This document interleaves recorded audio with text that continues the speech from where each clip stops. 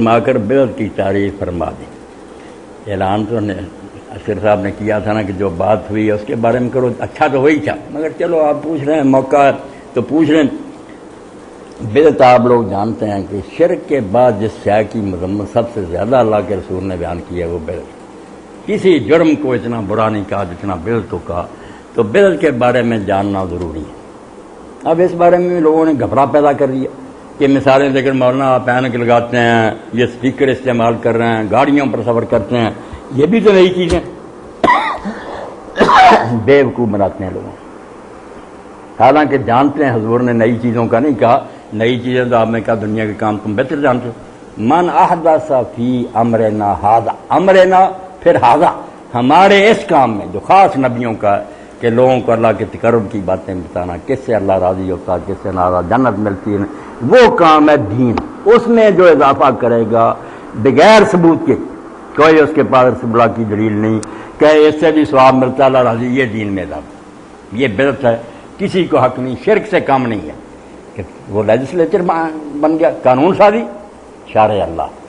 باقی جو دنیا کے کام نا جس کو ثواب عذاب کی نیت سے نہیں کرتا، لیکن سکھ بھی آنے کے لگاتا، اگر دین کا کام ہوتا کیوں لگاتا؟ میں اسے کہوں نماز پڑھ حرم شریف کا، دوست نے کہا نہیں یہ آپ کا دینی کام۔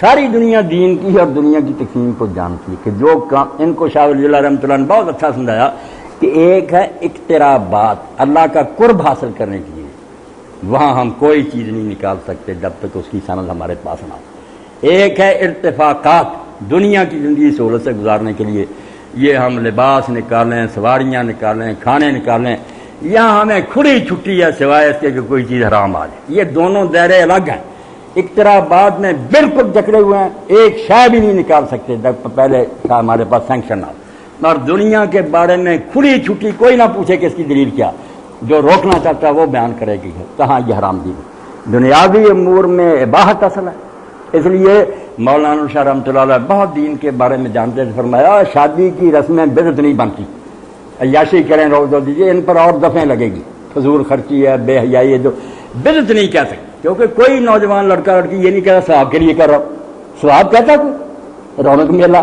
اس لیے اس کو بدعت میں نہ لائیں۔ دوسری لگتی ہے نا دفعیں، لگائے، اسراف ہے، تبذیر ہے، بدماشی ہے، لگا دی، بدعت نہیں۔ جو موت کے بعد کی رسمیں وہ ساری بدعت، اگر اس کی دلیل نہیں، کیونکہ وہ لوگ محض رسم کے طور پر نہیں کرتے، سمجھتے ثواب ملتا، مردے کو فائدہ پہنچتا، وہاں دلیل دکھانی پڑے گی، بغیر دلیل کریں گے۔ یہ دونوں دائرے الگ الگ کر لیں کہ جو ثواب و عذاب کا ہے، اللہ کا قرب حاصل کرے، اس میں نئی چیز نہیں نکال سکتے، وہ بدعت ہوگی۔ باقی چیزیں جو ان میں جو مرضی نکالیں وہ بدعت نہیں، نہ اس کا اس سے کوئی تعلق۔